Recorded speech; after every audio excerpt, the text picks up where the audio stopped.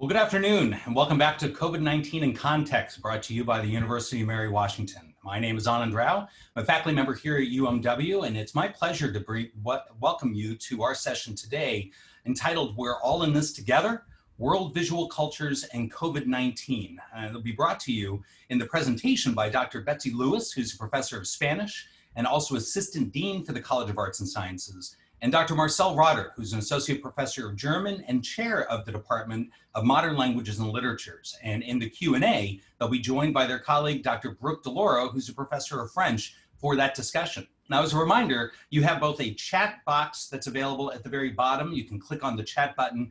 Please keep that for communicating directly with myself or my colleague, Dr. Mellinger, to let us know about any technical problems that maybe we aren't aware of. And then you can also post questions for the presenters in the Q&A box. And there are already several questions that are coming in now. Make sure you keep an eye on that and look to see what other questions are there that you'd like to make sure that we ask of the presenters, and upvote those questions. We will go to the top of the list every time to be able to start the Q&A with those questions near the top. So be sure to vote up the ones that you'd like us to make sure we ask the presenters. And of course, you can add other questions in there as well. Now, without any further ado, let me turn it over to Dr. Betsy Lewis to start today's presentation. Dr. Lewis. Actually, it is me who starts the presentation. Oh, my apologies. All right, Dr. Rotter, thank you. Okay, let me just share my screen with you. Okay, oops. And here we are. Okay, so thank you very much, Professor Rao. Okay, Professor Lewis and myself are delighted to talk about the visual and linguistic approaches that different countries and cultures around the world take to educate and motivate their people with regards to COVID-19. We will approach our analysis of the different symbols and metaphors with the help of semiotics. Since not everyone is familiar with that discipline, I will outline some basic concepts before we move on to some examples from around the world. I will talk a little bit about similar approaches between countries, and Professor Lewis will then outline unique examples from around the world. So what is semiotics? The study of signs and their meaning, in short. Basic concepts were formulated first by the Swiss linguist Ferdinand de Saussure, the father of linguistics, and further developed by the British philosopher and father of pragmatism, Charles Sanders Peirce. One of the more recent contributors to the field of semiotics is Umberto Eco, who many know as the author of the novel, The Name of the Rose, and he wasn't the father of anything. The original concept of semiotics is based on the so-called semiotic triangle, which you can see here. This is a very simple one. Semioticians have come up with dozens of variations that have become increasingly complicated, and we could spend a whole semester just talking about semiotic triangles. The basic premise of semiotic triangle is to explain the relationship between language and the objects it is referring to. If we look at the drawing on the right, most will identify it as a cat represented by the sounds and the letters C-A-T. We call these representations a signifier. But why do we call this cat cat and not dog? The concept or signified is a collection of elements or sames, like in semiotics. That together refers to the object on the left. It is a furry, docile, most of the time at least, has 4 legs, and most importantly, meows. If it would be furry, docile, had 4 legs and barked, then it would be a dog. So let's do that again with a dog. The object on the right can be represented by the different signifiers, the sounds d, g, or the letters D, O, G, drawing of a dog. All those are representations of the actual object. And we understand the signified or the concept. It's a furry, docile, 4-legged creature that barks. These relevant elements are called sames, as we said, and there are other elements that make up this particular dog, but are relevant for understanding the concept, such as what color or size the dog is. However, those might be relevant if you talk about specific dog breeds. Let's now look a little bit closer at the relationship between the sign and the object. The relationship of object and sign is not always as arbitrary as in the previous examples. We do distinguish between 3 types of relationships between object and sign. An icon reproduces, resembles, or simulates the referent. Our example here is a photograph of a cat. It is similar, even though 2-dimensional and not 3-dimensional like the referent. In the linguistic realm, we have onomatopoetica, which imitate sounds such as meow or cuckoo. Indexes point out in time or space the location of a reference, such as moving treetops that indicate wind, smoke, identifying fire, or paw prints in the snow, as here on the right, identifying the presence of a cat. Symbols are the most arbitrary in their relationships to the referent. There is no similarity or reference. The connection is abstract. Language itself is actually an example of symbols. The letters CAT do not have any direct relationship to the animal, unlike the word meow. This is further exemplified through different words in different languages for the same referent, such as cat in English, Katze in German, or Koshka in Russian. Furthermore, the different writing systems to express language sounds are a good example for the symbolic character of language as well. To close our consideration of symbols, here are some visual examples. As you can see, the representation of the concept of love, mourning, and country are completely arbitrary. Moreover, the heart that symbolizes love is in itself an arbitrary shape and does not have anything to do with the human heart on the right. Some symbols are agreed on by large groups of people, such as society, sometimes across cultures. Some others are only known to small groups. Think about secret symbols like for the Masons, or symbols that hold couples together, our song. So is, for example, the preferred color of mourning. In Western countries, black, while in Asian countries, white is being worn. Finally, an especially charged symbol is that of a country's flag. Soldiers have died to raise a piece of fabric with a particular color combination because the piece of fabric has been charged with meaning and is, despite its symbolic character, often treated like the referent, the country it represents. Metaphors equalize 2 things without the use of the word as, based on a similarity. You are familiar with expressions such as I came to a fork in the road in my life, or something has a domino effect, or what some of us seem to experience more these days to be a couch potato sitting on the sofa and watching TV, like a potato sits in the soil. Our visual metaphors here works the same. The revolver with the loaded cigarettes argues that those are as deadly as the weapon.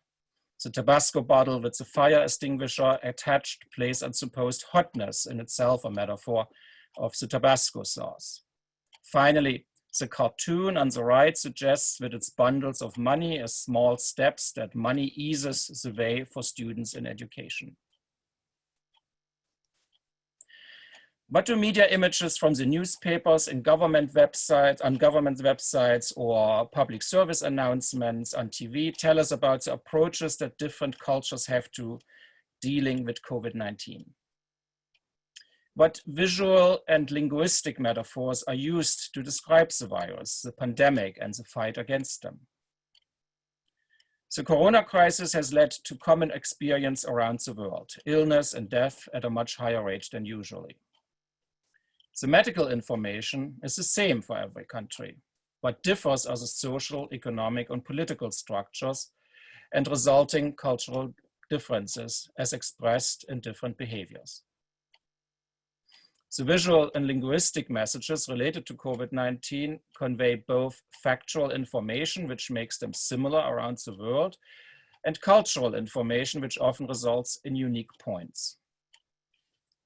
Collective metaphors, a term coined by Lakoff and Johnson, are referencing culturally shared experiences and provide an umbrella for sub-metaphors. The fight metaphor is such an example. It can be found in almost all countries, since war and fighting is an experience that unfortunately many countries had in their history. The cartoon by Rocky Sawyer is based on the famous 1917 I Want You poster by James Montgomery Flagg, which in turn is actually based on a British poster, the Lord Kitchener poster from 1916.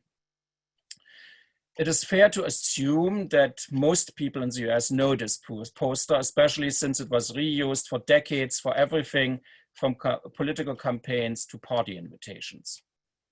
The figure of Uncle Sam, a symbol of the US government, as in the original poster for volunteers for the army in World War I. In the cartoon, the demand is for hand cleaning, underlying the request by holding a bottle of hand sanitizer in the left hand, which is missing in the original, both the hand and the sanitizer. To make the fighting metaphor even clearer, the caption reads, "The new war. The coronavirus has replaced the Central Powers of World War I as the new enemy."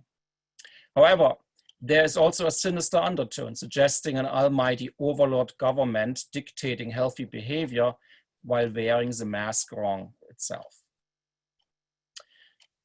The fight metaphor even extends to the CDC's advertisement to children who are not known to adhere to thorough hygiene too much. Drawing on the well-known figure of Superman and Superwoman, these web ads equate washing hands with a superpower in the fight against the coronavirus. Extending the fight metaphor to the sports world, India has added the protection metaphor by comparing medical safety gear with that of cricket players.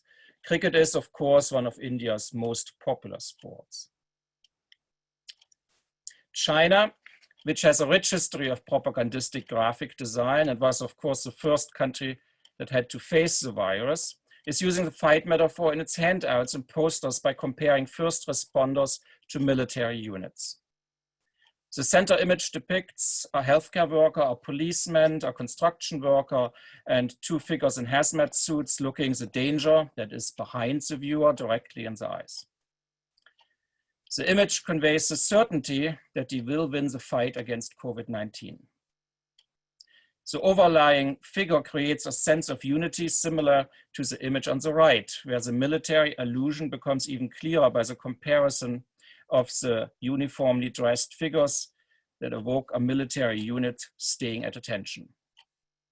A rendering of the Great Wall in the background, as well as the red Chinese flags and the hazmat suits that stick out in the otherwise rather blue picture, heighten the Chineseness of this picture.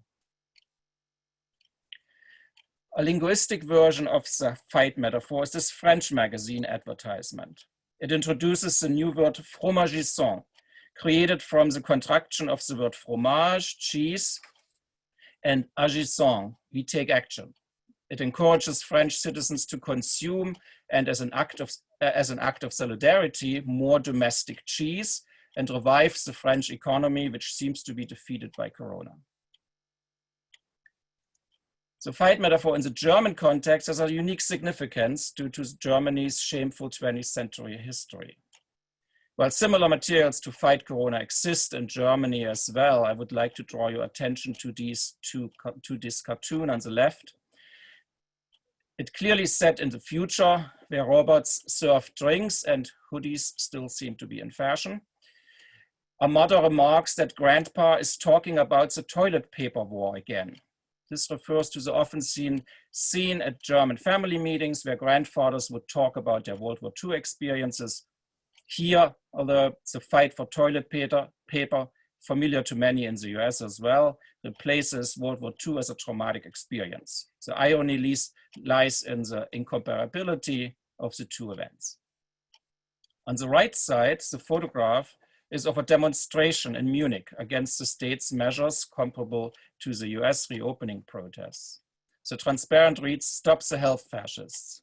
To call one's government or fellow citizens concerned about the pandemic fascist is, of course, a failed attempt to discredit the measures by comparing the dictatorship of the Nazis with the temporary restrictions on movement by the current government. My colleague, Professor Lewis, will take over from here. Thank you, Dr. Rotter. I'm going to share my screen now. let's see. If you would stop sharing your screen. Oh, absolutely. Yeah. Sorry. Thank you. Okay. So now I'm going to talk about some common metaphors that can be applied to many different cultural and linguistic settings to enlist public cooperation in fighting COVID.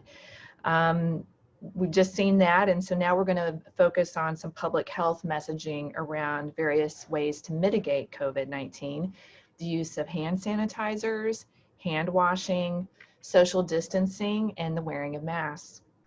Here we have an image published in a newspaper in Hamburg, Germany, and the headline reads, "The best mitigation against corona." So it appears to be about this blue bottle of hand sanitizer, except the label on the bottle reads solidarity, suggesting that working together for the common good and mutual support is what's most important.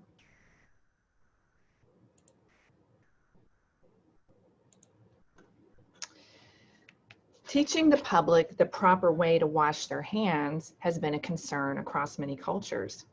Here is an example of a message about hand washing to prevent the spread of COVID that's aimed especially at young people. Vietnam's National Institute of Occupational and Environmental Health released a PSA to teach people how to avoid COVID-19 by washing their hands. They made an animated video and a song which was based on a Vietnamese pop hit called Gen, or Jealous, which was originally by the singers Min and Eric, except they gave it a new title, Genco Bee, or Jealous COVID.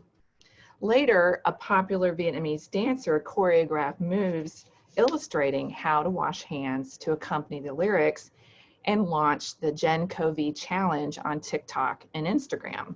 I'm going to play a little bit of video showing this dance. This catchy dance about preventive measures against the coronavirus is spreading, hopefully, faster than the virus itself. A Vietnamese dancer coordinated the moves to go with the song released by Vietnam's Institute of Occupation and Environmental Health. The public service announcement urges people to wash hands and rub evenly. Do not touch eyes, nose, and mouth, and limit visits to crowded places to push the virus away. The rendition, dubbed Genco Bee, which is Vietnamese for coronavirus, is sparking a new TikTok dance challenge with the hashtag Genco Bee Challenge. Okay. I hope everybody heard that. Let me know if you didn't, because we have a few more videos to go. People posted their videos to this song all over Asia and beyond. And although there were some translations of the song to other languages, most danced to the original song in Vietnamese, such as this example of a TikTok user in Scotland dancing to the same Vietnamese lyrics. I'm not going to play his video, but he did dance to the Vietnamese song. In this case, the message came as much in the movements as in the words. This dance is an example of a collective metaphor that Dr. Rotter just spoke of, referencing culturally shared experiences, in this case among young people across the world connected through social media. This image is from the South African-based Jive Media Africa, which partnered with the United Nations to produce a PSA campaign around COVID-19 throughout Africa. It's called Hi Kona Corona. Hi Kona is a South African term signaling strong negative sentiment, giving the idea of not here, Corona. The campaign was multilingual to reach the many different linguistic groups in Africa, but reflecting culturally shared values and experiences across the continent. Here is the message in French. The subtitle reads, "Your actions can save lives," promoting a sense of altruism towards the community. Through both words and images, it gives details on the proper way to wash hands and even shows how to set up a hand washing station in the absence of running water, a problem in some communities, not only in Africa, but we've even seen it in a few parts of the rural United States. It's hard to keep your social distance in Latin American cultures where kissing is the standard greeting, even among mere acquaintances, and where our North American notion of personal space does not exist in the same way. These two public service announcements from Chile on the left and from Mexico on the right also appeal to caring for one's community, something very important in Latin American cultures. Although in this case, caring means being distant, which also breaks social norms. The first message from Chile reads, "I love you, but a meter away," and it encourages Chileans to keep social distancing, to use a mask, and to wash hands. The image from Mexico is a campaign aimed at children with an image of a new superhero, Susana Distancia, which is a play on the words sana distancia, or safe distance in Spanish. Here, Susana shows the safe distance from inside her magic bubble while waiting in line at the grocery store. The message at the bottom says, "If you take care of yourself, we take care of each other," appealing again to a sense of responsibility for the community.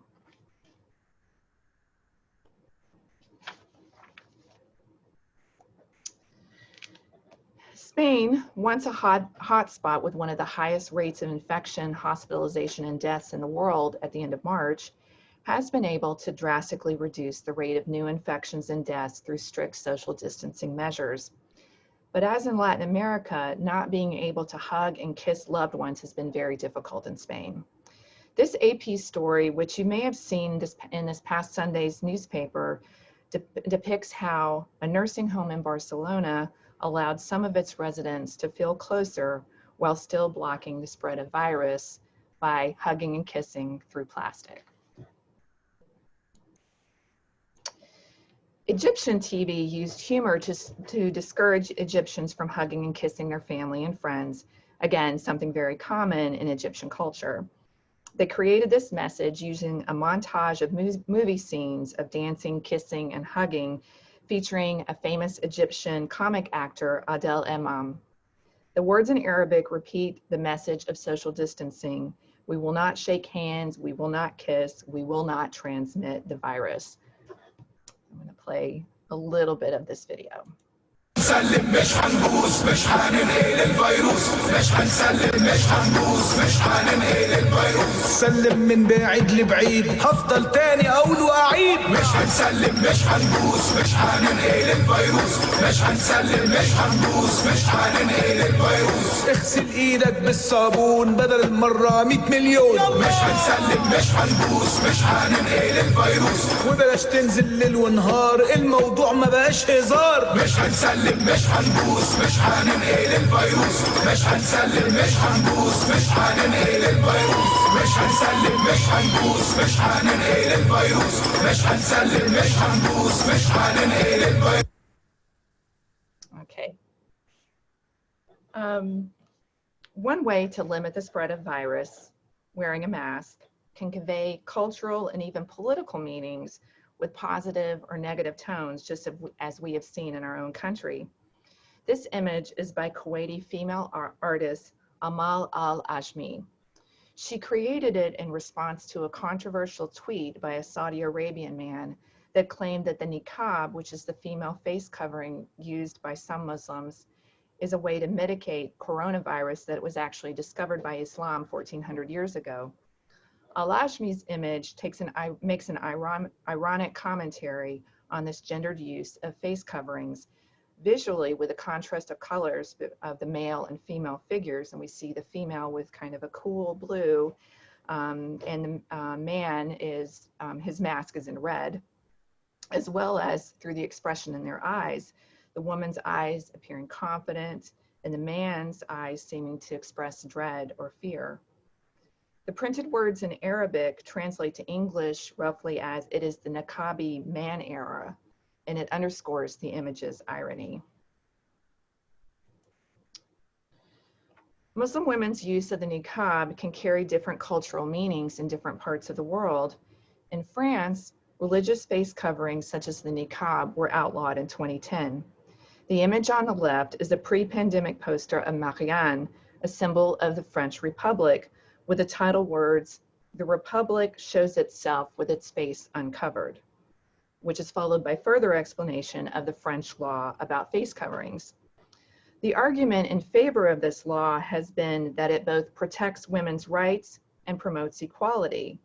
However, some French Muslims, many of whom come from former French colonies in Northern Africa, such as Tunisia, Morocco, and Algeria, have used outward symbols of their ethnicity and religion, including the use of the hijab, which is the head covering, and the niqab, or the face covering, to convey their nationalist sentiments and opposition to colonialism. So when the French government began to require mask wearing in public with a coronavirus pandemic, while still maintaining the prohibition of the niqab, some saw it as a hypocritical move. The fine for wearing a niqab face covering remains 150 euros, while the fine for not wearing a face mask in public is 125 euros. The image on the right was created by an artist to accompany the American National Public Radio podcast Rough Translation on May 27th, 2020, about this situation in France. It depicts several young women in what appears to be a typical street scene in Paris.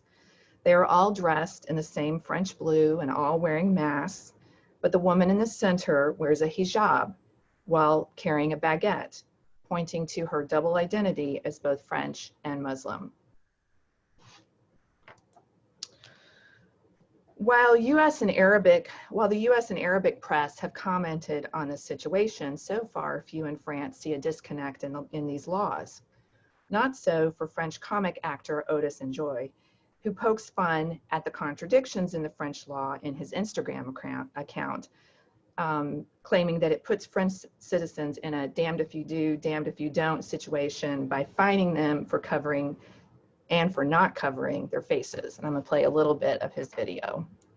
Je suis pas d'accord. Pourquoi tu dis ça? Il vient de faire passer une loi pour le port obligatoire du masque en lieu public. Oui, c'est 125 € d'amende pour non-port du masque. Oui, et l'année dernière, il a fait passer une loi contre la dissimulation du visage en lieu public. C'est 150 € d'amende si tu portes un voile ou quelque chose qui dissimule ton visage.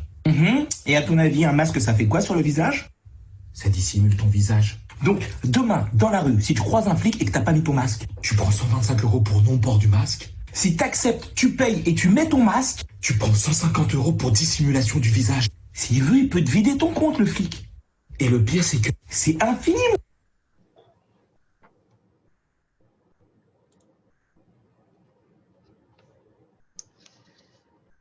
Still, although the coronavirus pandemic has brought out some divisions, much more frequent are the visual and textual metaphors of working together for the greater health of the community. We'll close this talk with Italy, which was the first in the West to experience mass infection, hospitalization, and deaths from COVID-19, overwhelming its health system and halting its economy for more than 2 months. While on strict lockdown, Italians started sharing a song by Italian pop singer Nestle, Andrà tutto bene, or Everything is Going to Be All Right. Although released in 2014, the lyrics seemed appropriate to the current situation in Italy. Homemade drawings by children to accompany the message that everything will be all right began to appear on balconies and on social media. All the images feature a rainbow, a symbol of hope, and the words Andrà tutto bene, a good message for Italians in March and April, and for all of us still. Thank you.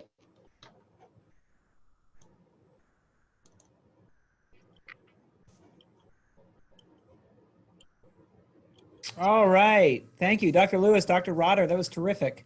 You know, we get so wrapped up sometimes in our own cable news circuit here in the U.S. that we lose sight of what's happening around the world with these sorts of things. And this really is a global issue. It's not a local one at all. So that was very, very insightful. We appreciate it very much. We've got lots of questions. We've got lots coming in. I'm Keith Mellinger. I'm the Dean for the College of Arts and Sciences.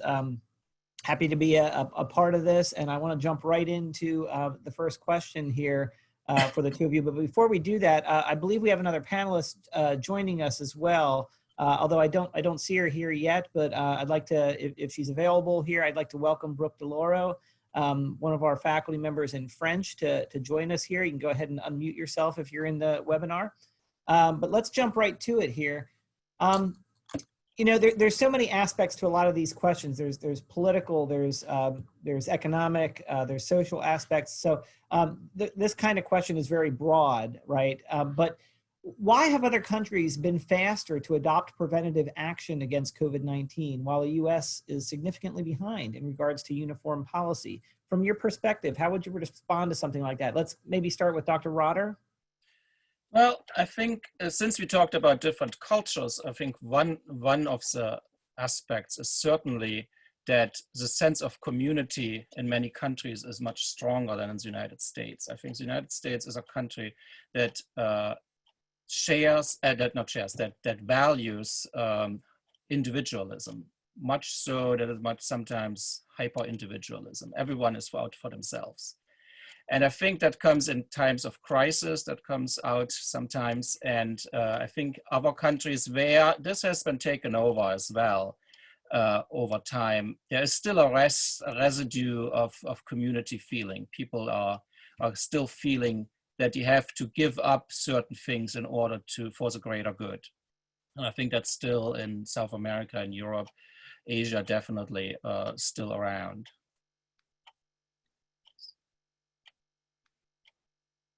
That's excellent. I have the next question. I think I want to turn to Dr. Lauro. Thanks for joining us. Appreciate you being part of the panel. How is the rest of the world perceiving the US response to COVID-19? And will this potentially have a permanent impact or effect on the way they perceive the US in terms of our role in global leadership or being part of the global community? I don't know if I can predict the future, but I think certainly, and I'm referring specifically to French news. I guess I should clarify, and they seem, speaking for France and for Western Europe, the papers seem to indicate early on, let's say mid-March, they were awaiting the U.S. response. They thought that the U.S. would be the leader in responding, and so they were sort of holding back, thinking maybe they're, just by sheer size, we had more scientists working, more heads in the game, and they were hoping that we would come out ahead with good ideas that other people could borrow. And then quickly that they became sort of more and more disappointed that didn't happen. And an article I read even pretty early on in the Parisien, which is one of the local Parisian papers, had said, that the lack of what we were just talking about, right? The lack of a unified response, in fact, had already, from their perspective, caused a delay, and that they were sort of quickly losing hope that there had not been more quickly, given the fact that they had, of course, China, but then specifically Spain and Italy as pretty hard-hit examples, that we would be able to get ahead of it. But in French papers, even as early, I'd say, as the first week of April, they had kind of given up on looking towards us as role models in terms of the future. I mean, I think I'd like to say that's that's not going to leave them with a permanent impression, that could change, but I don't know if I can answer that. Right. Thanks for that. I want to go back to really, it's the first question, really, but a slightly different way. The title of your talk was "We're All in This Together" with a big question mark after it.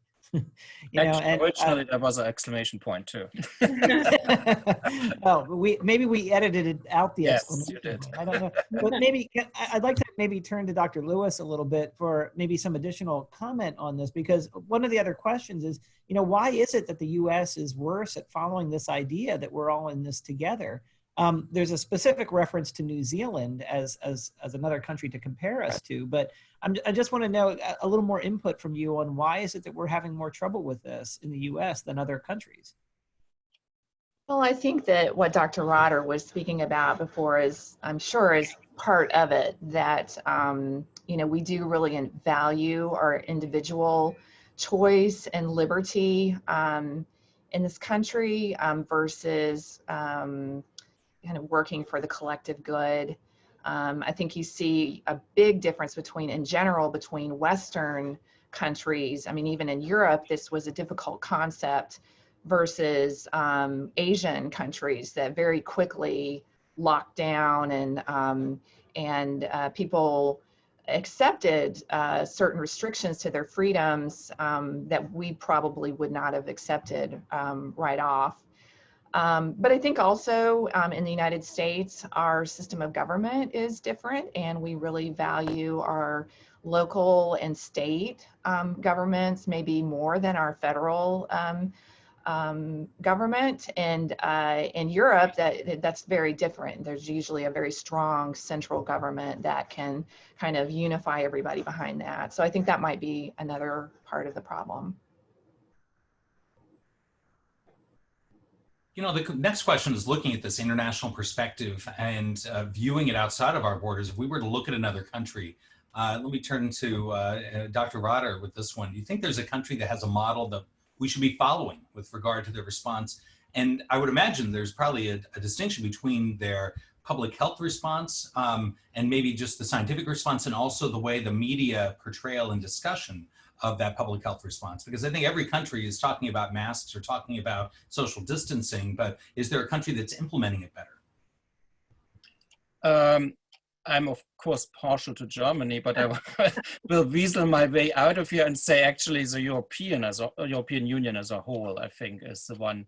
Because, you know, one country alone, especially in Europe, where countries are so close together, you know, cannot do it. You know, it is really a European Union effort with support of the few non-European Union members in Europe, you know, Switzerland, Norway, you know, to make that work. And he actually pooled their power, you know, their brain power, you know, and I think that is something. And you know, they also coordinated their responses too across the border, you know, and that's why now, you know, the borders to the outside are closed for many countries, but within the European Union, they are opening again. Actually, Dr. Rotter, if we could just follow up on that a little bit, what do you think the future is of the borders for these countries? Do you expect them to start opening up, or do you think it's going to be quite some time? Well, as soon as the United States gets its act together, yeah, they will opening the borders again. Yeah. Mm-hmm. So, and the numbers go down. I mean, it's all scientifically based. I mean, you know, if the numbers go down, then there will be open borders. If the numbers continue to go up, the borders will be closed. Can I kind of piggyback a little bit just to confirm both what Dr. Lewis had said about the East reacting more quickly? I had read an article in Time that said that the top three, I can't recall what the criteria were, but the top three best responses were Taiwan, Singapore, and South Korea. Germany got an honorable mention, so there you go. And then the only other non-Eastern countries in the top 10, let's say, not including the EU as one block, were Australia and New Zealand. But it was primarily the top 5 were all Eastern, which for the reasons I think Dr. Lewis had mentioned earlier.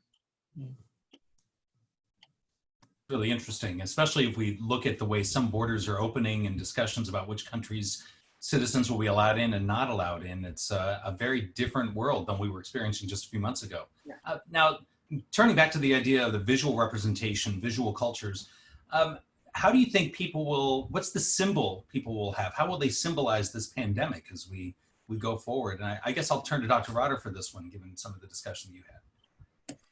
I think that big, you know, Corona bowl that we see everywhere, that was also on the title slide. I think that is pretty much, well, even though it is not the real one. I don't know, I sent out a reading, I don't know if some of the students might have read it, about, you know, fake images of Corona, and that's one of them. It's not really, it doesn't have anything to do with the actual how the actual coronavirus looks like. So it's very much exaggerated, but it is so omnipresent everywhere that, you know, that will probably be our visual representation for it, I would guess. That's probably right. It's the symbol we've been using, right? Yeah, well, it's freely available on the internet, you know. All the news agencies use it. All right, well, thanks for that.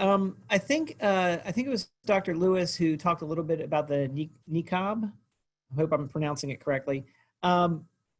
Do you think people in the U.S. are going to be more tolerant, or they're going to view the niqab in a different way because of all this? How do you think that's going to change perceptions? Well, I don't think people in the U.S. are very tuned in to this issue of, I mean, I'm not sure that they're going to make the connection between a mask and I'm sure that there will still be, you know, some discrimination against Muslim women who choose to wear the niqab in the United States. I think what an interesting question, and maybe Dr. Lauro could answer this, is if France will change its stand on not wearing religious symbols in public, because that's been a big issue in France. So I'll let her take that hot. So my short answer is no. Let's see if I can summarize. So not the niqab, but particularly the hijab has, so what is called the veil affair, usually in English, the l'affaire des foulards. There have been 4 iterations of them. The first in 1989, 94, 2003, and then the latter one in the later 2000s. But I mentioned the dates simply to say that it's something that has been around, been an issue for a while, and no one can seem, I mean, it's very complicated, but to resolve it. And basically, it's a tension between France's historical secularism, sort of begun, or the seeds of which were planted with the First Republic in 1792, and then formal separation of church and state in 1905.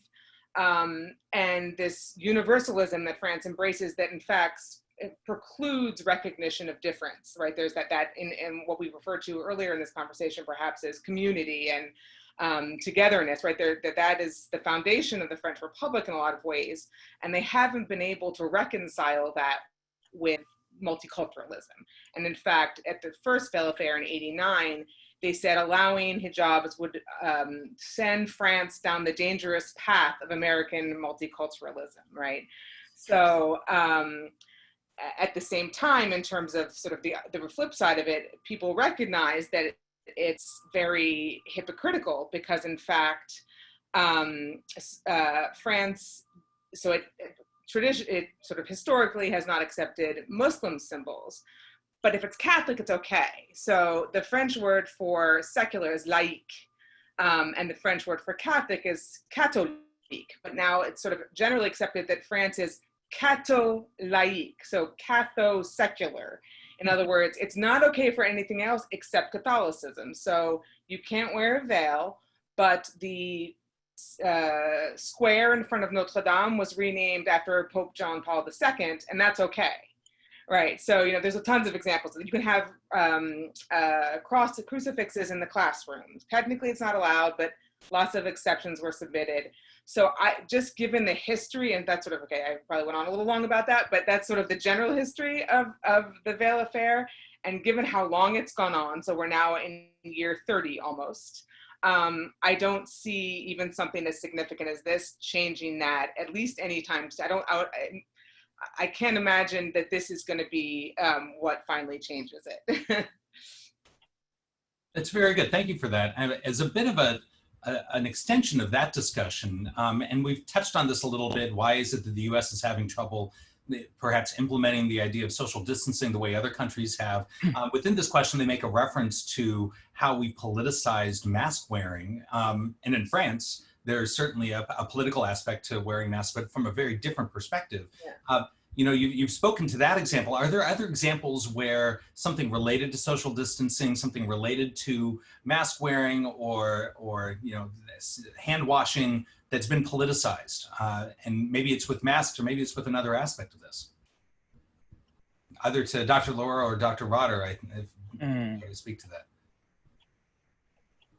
I can't really think about that. Yeah, I can't think of politicizing, but I would say that social distancing, especially in Latin America and in Spain, getting them to socially distance themselves is also asking them to break with really strong social norms.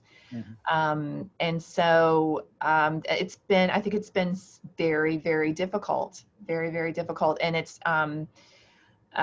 probably Spain has done it better, but they were also hit harder earlier. And now it's going through Latin America, and they're having to to adhere to social distancing, and that's tough. I think I can't think of a politicized example either, but just to piggyback on that idea, right? When you greet people in France, you kiss them usually on two cheeks, in certain regions 3 or 4 times, depends. But there's been a lot in the French media about, will this change our culture forever, right? What are we going to do? So I think they're a little less. It's simply that greeting, and it's compared to South America. There's beyond that. There's not as much, sort of the hugging isn't so much of a thing in France, for example. But literally everyone you greet, unless it's the first time, you kiss them on the cheeks. So they're sort of concerned that this is going to become a lost art, as it were, because it so defines French culture. You know, sorry. Go in ahead. Germany, it would be handshaking. No? Germans are, compulsive handshakers, kind of something that you had to give up. But it's more at a distance. You don't come as close with handshaking as you come with kissing or hugging. So, yeah. Well, you all have basically answered the next question I was going to ask, was what are the long-term impacts of this social distancing? Because we all are familiar with other cultures that are much closer and don't have the same concept of personal space that maybe we have in the U.S. and other countries as well. But I think you've all sort of touched on a lot of those things. So I think I'm going to shift gears here a little bit. And this is a global event, absolutely a global event. You've all demonstrated that in a number of ways. We all know this. When have we seen something like this in the past? When's the last time we saw something that has hit the globe in this way? Is it World War II? What is it? Well, as a war, yeah, but 1918, the last pandemic would be more kind of appropriate even. I mean, wars, always the world wars, of course, but, I think as a more appropriate, I think, parallel, it would be, the pandemic, the flu pandemic, 1918-19. I'll add that I think it's next week that we're going to hear a little bit more about that as part of the course. But, to extend on that question, and one thing that seems really ironic to me is that leading up to the pandemic, we were going through a period of globalization, and we had fewer borders. Certainly, we felt like it was more of a global community. And once the pandemic hit, then we guarded our borders, we shut ourselves off to other countries, while at the same time experiencing a global event. So there's this interesting tension. And do you see anything represented in the way that this is visualized or communicated as being something that we're all in this together, but that country is very distinct from our country, and that community is distinct from this community? That seems like a really interesting tension to me. I don't know. I would say that if one thing that's uniting us all, besides we're all trying to do the same things of social distancing, hand sanitizers and hand washing, wearing a mask, but I think also the social media, we can see, not only can we see what's happening in other countries and how other cultures are, attacking the problem of COVID-19, but also things, the example with the Vietnamese Song, they're spread, there's a world culture through social media that's spreading, beyond people's, a particular country's borders. I think that's an interesting aspect to this. Yeah, that's problematic because, it's a communal disease, kind of on the one hand, you want to be together, but if you are together, you pass on the disease. So that's, that's why it's difficult. Of course. Yeah. Okay. What do you all think are the long-term consequences of this? Do you think that ultimately this is going to pull the world together more, or is this going to push everybody apart more? I'm interested in your perspective. Maybe Dr. Lauro?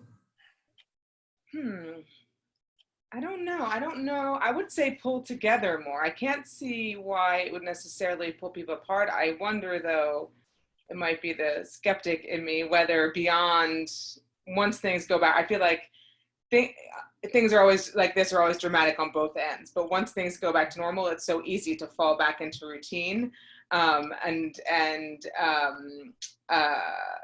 I wonder how long globally that will make a difference. I think locally, for reasons we just mentioned, both cultural things and just maybe appreciating things more, I think, you know, in your everyday life, I imagine there will be some effects, but I wonder if on the global scale, I don't know. I don't think it'll push people apart, but I'm not sure that either will it bring people together necessarily after everything's over. My colleagues might feel differently. I don't I think shared experiences usually bring people together as long as everyone is kind of on the same level. But if you have people that are coming out of it worse, you know, think about people that are losing their jobs now, people that are sick and then stuck with the medical bills, things like that. There is a danger that those people start pointing fingers at others, kind of, and you know, and there is a danger that rips communities apart. So, I mean, we see that, you know, with China, not China being blamed to be, you know, doing intentionally, things like that, you know, you have already started with those kind of things. And that, I think that's a danger in there too. As long as everyone is kind of at the same, let's even say socioeconomic level, you know, and has the same experience, then, you know, you talk about it, and I think then that builds community. But if there are winners and losers in that, then that rips usually communities apart. Well, the next question I have is for Dr. Lewis, and it has to do with some of the visuals shared talking about caring for the community and thinking about the really kind of collectivist culture versus individualist culture in the US being very individualist, yet the person asking the question says the US does care, people in the US do care about community, of course, but it's not necessarily represented very clearly. Is there a need for us as an individualist society to do a better job of perhaps employing different visuals, or what kinds of visuals could better represent how we appeal to that value? Yeah, that's a great question, because if you think about you know, a lot of the PSAs and things that we're having right now, are a lot of it, they're not even visuals. They're a lot of times they're just words, right? They're these big block letters and telling us what to do. But maybe appealing to emotion a little bit more it might be helpful to help us understand why it's important to wear the mask, why it's important to keep our social distance. There's the CDC TikTok song. Yeah, is there a CDC TikTok song? No, there is it. You know, there is none. Yeah. You know. Yeah. Let Dr. Fauci know. He should do that dance, maybe. Another thing is that, you know, several of the things that I shared involved humor, and I don't think we're seeing a whole lot of that, at least in PSAs. Maybe we're seeing it on late night TV, but you know, humor might be a good way to get the message across as well. So the next question is about something we've seen a lot in the U.S. These connotations that you're hearing, especially from senior leadership, you know, the China flu, for instance, the Chinese flu. Are you hearing that kind of thing in other countries? Is that coming from anywhere else? I did not come across. No, yeah. No. It's also just Corona, yeah. Okay. In that Vietnamese song that I shared, the very beginning of it does talk about that the virus came from China. It came from Wuhan.